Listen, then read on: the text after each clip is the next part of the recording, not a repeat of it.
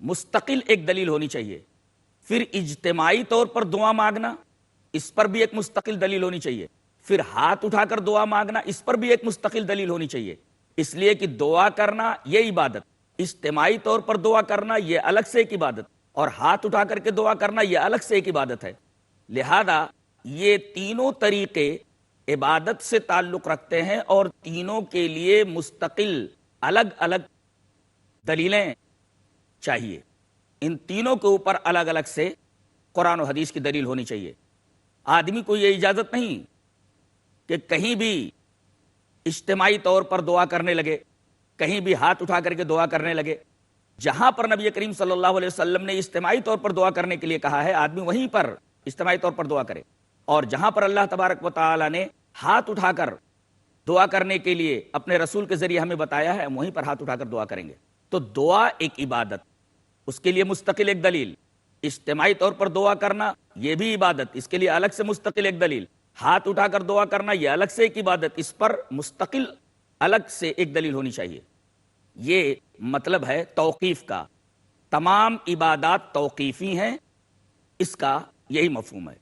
نبی کریم صلی اللہ علیہ وسلم نے ارشاد فرمایا، حضرت نعمان ابن بشیر رضی اللہ تعالی عنہ سے مروی ایک روایت امام ابی داؤد رحمہ اللہ کتاب الصلاۃ کے اندر لائے ہیں. روایت اس طرح، وعن النعمان بن بشیر رضی اللہ تعالی عنہ عن النبی صلی اللہ علیہ وسلم قال الدعاء هو العبادہ قال ربکم ادعونی استجب لکم رواہ ابو داؤد فی کتاب الصلاۃ. حضرت امام ابی داؤد اس حدیث پاک کو ایسے کتاب الصلاۃ کے اندر لائے، راوی حضرت نعمان ابن بشیر ہیں.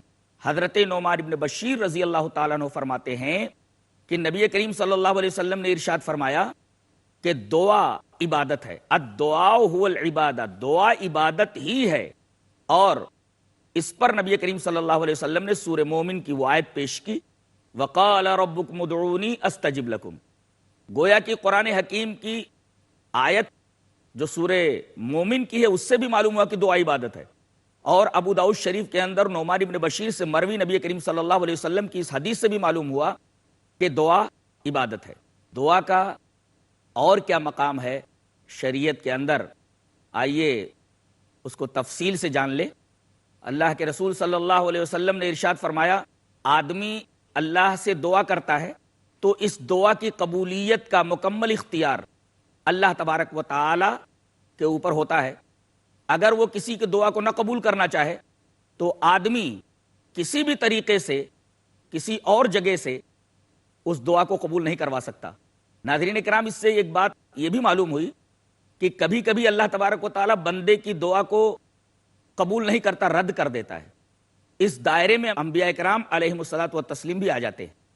دلیل کے طور پر ہم مسلم کتاب الفتن کی ایک روایت لے لیں. روایت اس طرح، وعن سعد رضی اللہ تعالی عنہ ان رسول اللہ صلی اللہ علیہ وسلم اقبل ذات یوم من العالیہ حتی اذا مر بمسجد بنی معاویہ دخل فرکع فیہ رکعتین وصلین معه ودعا ربہ طویلا ثم انصرف الینا فقال سألت ربی ثلاثا فآتانی ثنتین ومنعنی واحدہ سألت ربی الا یہلک امتی بالسنة فآتانیها وسألته الا یہلک امتی بالغرق فآتانیها وسألته الا یجعل بأسهم بینهم فمنعنیها. رواہ مسلم کی کتاب الفتن. اس روایت کو امام مسلم رحمۃ اللہ علیہ کتاب الفتن کے اندر لائے ہیں. ترجمہ تشریح کے لیے بعد کا وقت اٹھا رکھتے ہیں، اس لیے کہ یہاں ایک چھوٹے سے بریک کا وقت ہو گیا ہے. ناظرین اکرام، ہم آپ کی خدمت میں جلد ہی حاضر ہوتے ہیں. ناظرین اکرام، السلام علیکم ورحمۃ اللہ وبرکاتہ. مقام دعا کے عنوان پر گفتگو جاری ہے. اللہ کے رسول صلی اللہ علیہ وسلم نے ارشاد فرمایا، آدمی اللہ سے دعا کرتا ہے تو اس دعا کی قبولیت کا مکمل اختیار اللہ تبارک و تعالی کے اوپر ہوتا ہے. اگر وہ کسی کی دعا کو نہ قبول کرنا چاہے تو آدمی کسی بھی طریقے سے کسی اور جگہ سے اس دعا کو قبول نہیں کروا سکتا. ناظرین کرام، اس سے ایک بات یہ بھی معلوم ہوئی کہ کبھی کبھی اللہ تبارک و تعالی بندے کی دعا کو قبول نہیں کرتا، رد کر دیتا ہے. اس دائرے میں انبیاء کرام علیہم الصلاۃ والتسلیم بھی آ جاتے ہیں. دلیل کے طور پر ہم مسلم کتاب الفتن کی ایک روایت لے لیں. روایت اس طرح: وعن سعد رضی اللہ تعالی عنہ ان رسول اللہ صلی اللہ علیہ وسلم اقبل ذات یوم من العالیہ حتی اذا مر بمسجد بنی معاویہ دخل فرکع فیہ رکعتین وصلینا معه ودعا ربه طویلا ثم انصرف الینا فقال سألت ربی ثلاثا فآتانی ثنتین ومنعنی واحدہ سألت ربی الا یہلک امتی بالسنۃ فاعطانیها وسألته الا یہلک امتی بالغرق فاعطانیها وسألته الا یجعل بأسهم بینهم فمنعنیها. رواہ مسلم فی کتاب الفتن. اس روایت کو امام مسلم رحمۃ اللہ علیہ کتاب الفتن کے اندر لائے ہیں.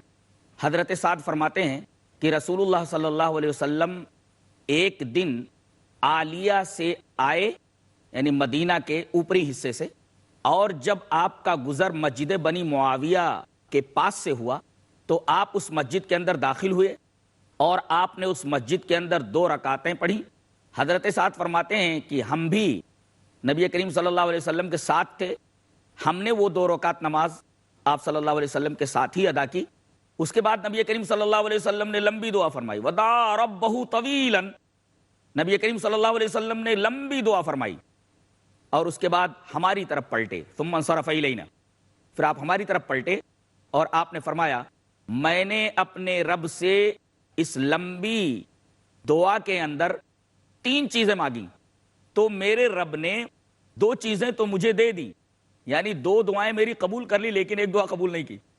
اور آپ نے اس کی وضاحت فرمائی کہ میں نے اپنے رب سے پہلا سوال یہ کیا کہ اے اللہ میری امت کو قحط میں مبتلا کر کے ہلاک مت کرنا، یعنی پوری امت کے اوپر قحط نازل ہو جائے اور پوری امت تباہ و برباد ہو جائے.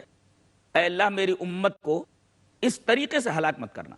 اللہ کے رسول صلی اللہ علیہ وسلم نے فرمایا کہ میری یہ دعا اللہ تبارک تعالیٰ نے قبول کر لی. دوسری دعا میں نے یہ مانگی کہ اے اللہ میری امت کو نوح علیہ السلام کی قوم کی طرح غرق کے ذریعے ہلاک مت کرنا. اللہ تبارک و تعالیٰ نے میری یہ دعا بھی قبول فرما لی. اور پھر میں نے تیسری جو دعا مانگی وہ یہ تھی کہ اے اللہ ان میں آپس میں اختلاف نہ ہو، ان میں آپس میں لڑائی نہ ہو. تو اللہ تبارک و تعالیٰ نے میری یہ دعا قبول نہیں فرمائی. ناظرین کرام، اس حدیث پاک سے یہ بات معلوم ہوئی کہ قبولیت دعا کا پورا اختیار اللہ تبارک و تعالیٰ کو ہے. وہ چاہے جس کی دعا قبول کرے اور جس کی دعا چاہے رد کر دے. یہاں تک کہ نبی کی دعا کو بھی اگر چاہے تو رد کر سکتا ہے. نبی کریم صلی اللہ علیہ وسلم کی یہ دعا جو آپ نے اللہ تبارک و تعالیٰ سے مانگی، اللہ تبارک و تعالیٰ نے قبول نہیں کی. اور حضرت نوح علیہ السلام کا واقعہ تو ایک بہت بڑی دلیل ہے. اللہ تبارک و تعالیٰ نے حضرت نوح علیہ السلام کو 950 سال تک ان کی قوم کے درمیان رکھا اور 950 سال تک وہ اپنی قوم کو اللہ کی طرف بلاتے رہے. قوم کے مختصر لوگ قلیل تعداد میں ایمان لائے اور حضرت نوح علیہ السلام نے اپنی قوم کے لیے بد دعا کی. اللہ تعالیٰ نے ان کے اوپر پانی کا عذاب نازل فرمایا. سورہ ہود کے اندر اللہ تبارک و تعالیٰ نے کا پورا نقشہ کھینچ کر کے بتایا ہے کہ آپ اور آپ کے ماننے والے ایک کشتی میں جو اللہ تبارک و تعالیٰ کی نگرانی میں حضرت نوح علیہ السلام نے بنائی تھی اس کے اندر بیٹھ گئے. پانی بڑھتا گیا. قرآن حکیم کہتا ہے وَهِيَ تَجْرِي بِهِمْ فِي مَوْجٍ كَالْجِبَالِ وَنَادَى نُوحٌ ابْنَهُ وَكَانَ فِي مَعْزِلٍ يَا بُنَيَّ ارْكَب مَّعَنَا وَلَا تَكُن مَّعَ الْكَافِرِينَ قَالَ سَآوِي إِلَىٰ جَبَلٍ يَعْصِمُنِي مِنَ الْمَاءِ قَالَ لَا عَاصِمَ الْيَوْمَ مِنْ أَمْرِ اللَّهِ إِلَّا مَن رَّحِمَ وَحَالَ بَيْنَهُمَا الْمَوْجُ فَكَانَ مِنَ الْمُغْرَقِينَ وَقِيلَ يَا أَرْضُ ابْلَعِي مَاءَكِ وَيَا سَمَاءُ أَقْلِعِي وَغِيضَ الْمَاءُ وَقُضِيَ الْأَمْرُ وَاسْتَوَتْ عَلَى الْجُودِيِّ وَقِيلَ بُعْدًا لِّلْقَوْمِ الظَّالِمِينَ وَنَادَىٰ نُوحٌ رَّبَّهُ فَقَالَ رَبِّ إِنَّ ابْنِي مِنْ أَهْلِي وَإِنَّ وَعْدَكَ الْحَقُّ وَأَنتَ أَحْكَمُ الْحَاكِمِينَ قَالَ يَا نُوحُ إِنَّهُ لَيْسَ مِنْ أَهْلِكَ إِنَّهُ عَمَلٌ غَيْرُ صَالِحٍ فَلَا تَسْأَلْنِ مَا لَيْسَ لَكَ بِهِ عِلْمٌ إِنِّي أَعِظُكَ أَن تَكُونَ مِنَ الْجَاهِلِينَ. یہ کشتی ایسے موجوں میں چل رہی تھی اپنے سواروں کو لیے ہوئے جو موجیں پہاڑوں کی طرح تھیں. سارے نافرمان غرق کر دیے گئے. حضرت نوح علیہ السلام نے دیکھا کہ ان کا بیٹا سامنے غوطے کھا رہا ہے. شفقت پدری جوش میں آ گئی. انہوں نے بیٹے کو پکار کر کے کہا میرے بچے انکار کرنے والوں کے ساتھ مت رہے، کشتی میں آ جا. وہ بھی غلط صحبت میں پڑھ کر اتنا خراب ہو گیا تھا کہ اس نے اپنے نبی باپ کی پکار پر کوئی دھیان نہیں دیا. اس کے جواب میں اس نے یہ کہا کہ میں اس کشتی میں نہیں آؤں گا اور اس پانی سے میں بچ جاؤں گا. قال سآوی الی جبل یعصمنی من الماء، یہ جو جودی پہاڑ نظر آ رہا ہے میں اس پہاڑ کے اوپر چڑھ جاؤں گا، یہ پانی وہاں تک نہیں پہنچ سکے گا اور یہ پہاڑ مجھے اس عذاب سے، اس پانی سے بچا لے گا. حضرت نوح علیہ السلام نے کہا کہ میرے بچے یہ پانی ہوتا تو بچ سکتا تھا، یہ پانی نہیں، یہ اللہ تبارک و تعالیٰ کا عذاب ہے. اور آج اللہ تبارک و تعالیٰ کے عذاب سے وہی شخص بچ سکتا ہے جس کے اوپر اللہ تبارک و تعالیٰ کا رحم ہو. قال لا عاصم اليوم من امر اللہ الا من رحم. ابھی باپ بیٹوں کی گفتگو آپس میں جاری تھی کہ اچانک ایک موج آئی اور بیٹا اندر گیا تو اوپر نہیں آیا. حضرت نوح علیہ السلام کا دل تڑپ اٹھا، اس لیے کہ بیٹا کیسا بھی ہو، باپ اگر اپنے بیٹے کو مصیبت میں دیکھ لے تو اسے برداشت نہیں کر سکتا. فوراً پکار اٹھے. ونادى نوح ربه فقال رب ان ابني من اهلي. نوح نے اپنے رب کو پکارا اور کہا کہ اے میرے رب، میرا بچہ ڈوب گیا اور تو نے وعدہ کیا تھا کہ تیرے اہل کو بچا لوں گا. اے میرے معبود، میرا بچہ میرے اہل میں سے ہے. اللہ تبارک و تعالی نے حضرت نوح سے کہا انه ليس من اهلك، وہ تیرے اہل میں سے نہیں ہے. ناظرین کرام، بیٹا باپ کے اہل میں سے ہوتا ہے، لیکن یہاں صاف کہہ دیا گیا کہ اے نوح، یہ تیرے اہل میں سے نہیں ہے. بعض لوگ کہتے ہیں کہ ہم نبیوں کے خاندان کے ہیں، یہ بتانا چاہتے ہیں کہ چونکہ ہم نبیوں کے خاندان کے ہیں لہذا ہم اس نسبت سے بخش دیے جائیں گے، اس نسبت سے اللہ کی پکڑ سے بچ جائیں گے. ان کے لیے یہاں بہت بڑی تنبیہ اور بہت بڑی وارننگ ہے کہ اللہ تبارک و تعالیٰ کا جب عذاب آ جائے گا تو کوئی نسبت کام نہیں دے گی. فرمایا گیا قال یا نوح انه ليس من اهلك انه عمل غیر صالح. یہ تیرا بیٹا جو تھا اس کے اعمال انتہائی ناشائستہ تھے، تو اپنے بیٹے کے بارے میں مجھ سے سوال مت کر، دعا مت کر اس کو بچانے کی. فلا تسألنی ما لیس لک بہ علم، اس چیز کے بارے میں سوال مت کر مجھ سے جس چیز کا تجھے علم نہیں ہے. انی اعوذک ان تکون من الجاہلین، میں تجھے نصیحت کر رہا ہوں کہ تو جاہلوں میں سے نہ ہو جائے. اس واقعے سے بھی پتہ چلتا ہے جو سورہ ہود میں اللہ تبارک و تعالیٰ نے نوح علیہ السلام کے بارے میں بیان فرمایا کہ دعا کی قبولیت کا پورا اختیار صرف اللہ تبارک و تعالیٰ کو ہے. وہ چاہے جس کی دعا کو قبول کرے، چاہے اس کی دعا کو رد کر دے. یہاں تک کہ انبیاء کرام کی بھی بعض دعاؤں کو وہ رد کر دیتا ہے، جیسا کہ حضرت نوح علیہ السلام کی دعا ان کے بیٹے کے حق میں رد کر دی گئی. نبی کریم صلی اللہ علیہ وسلم کی دعا اس چیز کے بارے میں کہ ان کی امت میں اختلاف نہ ہو رد کر دی گئی. تو دعا کی قبولیت کا پورا اختیار صرف اللہ تبارک و تعالیٰ کو ہے. ناظرین کرام، نبی کریم صلی اللہ علیہ وسلم اکثر یہ دعا فرماتے تھے. آپ کی اکثر دعا کون سی تھی؟ آپ تو ویسے بہت ساری دعائیں اٹھتے بیٹھتے چلتے پھرتے کیا کرتے تھے، لیکن آپ اکثر کون سی دعا کیا کرتے تھے؟ امام بخاری رحمۃ اللہ علیہ کتاب الدعوات کے اندر اس دعا کو لائے ہیں. روایت اس طرح، وان انس رضی اللہ تعالی عنہ قال کان اکثر دعاء النبی صلی اللہ علیہ وسلم ربنا آتنا فی الدنیا حسنۃ وفی الآخرۃ حسنۃ وقنا عذاب النار.